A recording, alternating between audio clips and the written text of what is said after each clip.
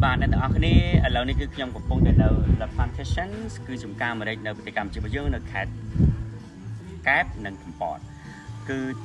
lâu mà tính cứ sưu nghe sưu mình tên cứ lâu tập để thưa thay bị cáp mà còn nghe sưu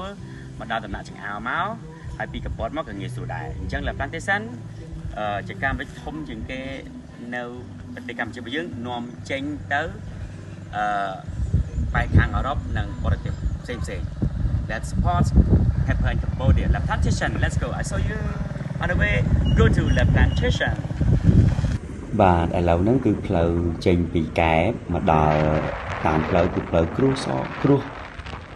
កៅស៊ូស្អាតច្រឡំគ្រួសគ្រួសកៅស៊ូស្អាតហើយ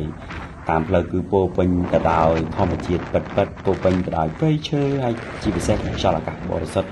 បក់រវិចធ្វើឲ្យយើងមានអារម្មណ៍ស្រស់ស្រាយមែនតើហើយនៅតាមផ្លូវនេះក៏មានដើមឈើជាច្រើនមែនតើដូចជាដើមអ្នកនរឃើញនេះដើមអាស័យស្អាតណាលយមែនតើមកអញ្ចឹងចង់អ្នកនរគ្នាពេលធ្វើការហត់ជិះមកដល់លេនៅខេត្តកែបខេត្តកពតគឺមានអារម្មណ៍មួយស្រស់ស្រាយមែនតើហើយអ្នកឃើញនេះគឺទស្សនវិជ្ជាទាំងអស់ហ្នឹងគឺអត់មានម៉ូតូអត់មានឡានអីច្រើនទេគឺមានតែធម្មជាតិព្រៃភ្នំព្រៃព្រឹក្សាហើយនឹងឆ្វេងខាងស្ដាំគឺមានតែ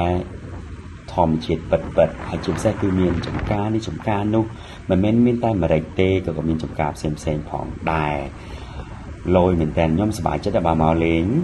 ហើយឥឡូវនេះគឺមកដល់កន្លែងដែលត្រូវ La plantation ហ្នឹងគឺមកដល់ហើយគឺនេះមាត់ចូលដាក់ម៉ូតូចូលគឺមកដល់ហើយគឺបញ្ញាបញ្ញាថត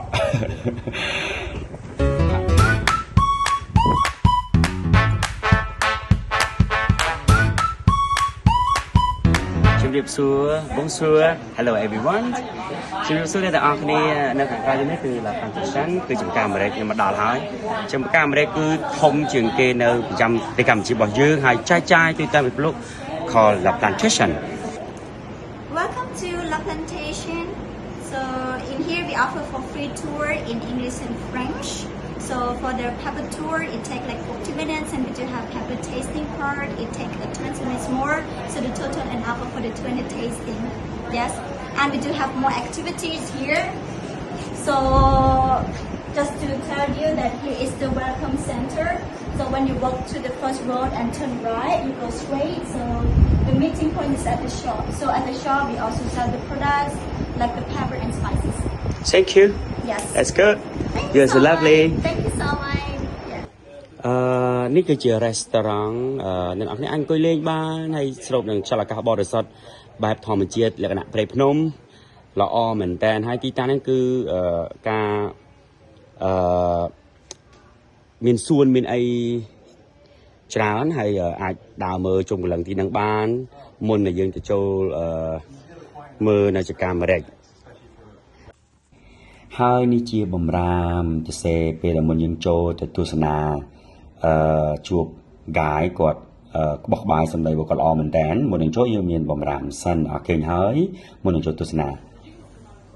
ហើយនេះគឺជាទិដ្ឋភាពសពទិដ្ឋភាពកន្លែងលក់មានម្រេចជ្រក់មានម្រេចជាច្រើនមែនតើកន្លែងទីតាំងលក់សម្រាប់អភិយុទ្ធិចរគាត់យល់ហើយគាត់ទិញជាវត្ថុអនុស្សាវរីយ៍ទុកញ៉ាំពេលទៅដល់ប្រទេសគាត់វិញល្អមែនតើនេះជាកាដូសម្រាប់នាំយកផលិតផលខ្មែរឲ្យជនបរទេសគាត់ដឹងឲ្យមកលេងនៅប្រទេសកម្ពុជាយើងម្ដងហើយម្ដងទៀតនេះមានម្រេចកំពតសមានម្រេចកំពតក្រហមមានម្រេចកំពតពណ៌ខ្មៅហើយមិនមែនតែមានម្រេចទេមានមើមអីផ្សេងទៀតហ៎លយមែនតែម្ដងហើយវីដេអូហ្នឹងគឺសង្ឃឹមថាចែករំលែកបានបងប្អូនបានដឹងថាម្រេចរបស់ប្រទេសកម្ពុជារបស់យើងគឺមានច្រើនបែបច្រើនបាក់ហើយយើងអរគ្នាស្គាល់ហើយគឺមាន turmeric មានម្រេចខ្ចីមានម្រេចខ្ចីក៏មានច្រើនប្រភេទដែរមិនមែនតែមួយទេហើយនេះអ្នកគេគឺមានខ្ចប់ស្អាតតែម្ដងអញ្ចឹងកុំភ្លេចណាស់បងប្អូនគឺមានដាក់តាំងលក់ហើយមិនមែនតែម្រេចទេគឺមាន cashewnut គឺ cashewnut ហ្នឹងឆ្ងាញ់មែនតើខ្ញុំភ្លក់ទៅគឺលយហ្មងគឺមានអារម្មណ៍ថាជាផលិតផលខ្មែរមុនហើយមានគុណភាពល្អមែនតើហើយជាផលិតផលសុខភាពទៀតយើងអត់ប្រើគីមីយើងអត់ប្រើអីទេយើងប្រើផលិតផលក្នុងស្រុកល្អតែម្ដងហើយមុននឹងចូលដល់កន្លែងស្កាមរិច ខ្ញុំថតពីខាងលើសិនឃើញនេះចកាមិនធំមែនតើណាហើយមាន lemon grass មានដំដេងមានចក្រីមានខ្ញីមានអីច្រើនមិនមែនតែម្រេចទេណាអ្នកគ្នាឃើញធំមែនម្រេចឃើញធំមែនតើណាអាហ្នឹងតែមួយផ្នែកទេនៅមានមួយផ្នែកទៀតប៉ុន្តែខ្ញុំបាន view ទាំងអស់នេះ view ពីជាន់លើឃើញទេអ្នកគ្នាអូយខ្ញុំគ្រប់គ្រង 100% សម្រាប់តែគាត់ខិតខំប្រឹងប្រែងប្រមូលផលិតផលរបស់យើងណាខាងក្នុងកាយបងស្រីក៏កំពុងពន្យល់ក្បោះក្បាយពីផលិតផលអាមេរិកមានប្រភេទអីដើមបើមិនចាដើមរបៀបដាំរបៀបអីចេះណាហើយយកមកពីតំបន់ណាខេត្តណាទីតាំងនៅទីណាអញ្ចឹងហើយនាំចេញទៅប្រទេសណាខ្លះគឺកាយគាត់បានពន្យល់ល្អមែនតែនបានពន្យល់ប្រាប់ជនបរទេសដឹងថាអាមេរិកខ្មែររបស់យើងបាននាំចេញទៅស្រុកក្រៅហើយវត្ថុធាតុដើមនាំចូលមកពីប្រទេសណាពីតំបន់ណាហើយអាមេរិកមានប្រមាណបាទមានម្រេចខ្ចីម្រេចខ្មៅម្រេចក្រហមហើយ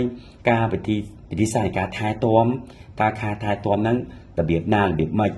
គាត់បញ្យល់ភ្ញៀវបានល្អមែនតើភ្ញៀវគាត់មើលឡើងស្លង់តែម្ដងហើយនេះជាម្រេចខ្ចី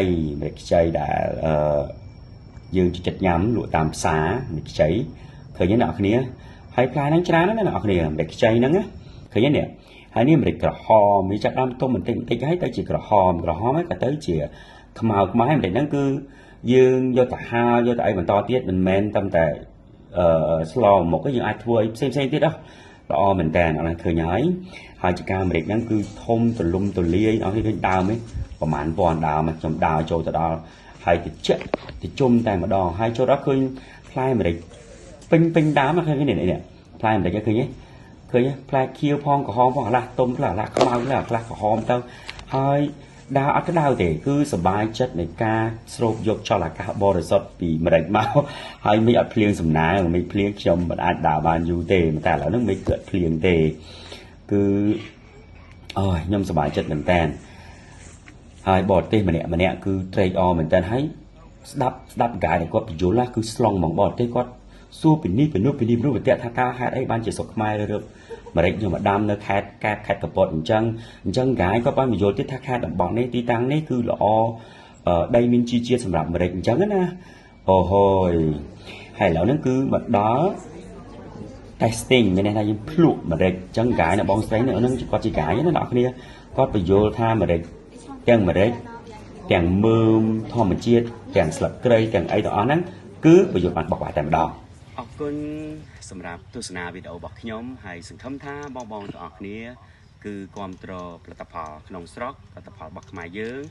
ហើយផលិតផលដែលល្អមានគុណភាពហើយផលិតផលដែលមានសុខភាព organic product in Cambodia អរគុណមែនទែនសម្រាប់ការទស្សនាវីដេអូមួយនេះសង្ឃឹមថាវីដេអូមួយនេះគឺមានចំណេះដឹងខ្លះតាក់ទងជាមួយនឹងផលិតផលខ្មែររបស់យើង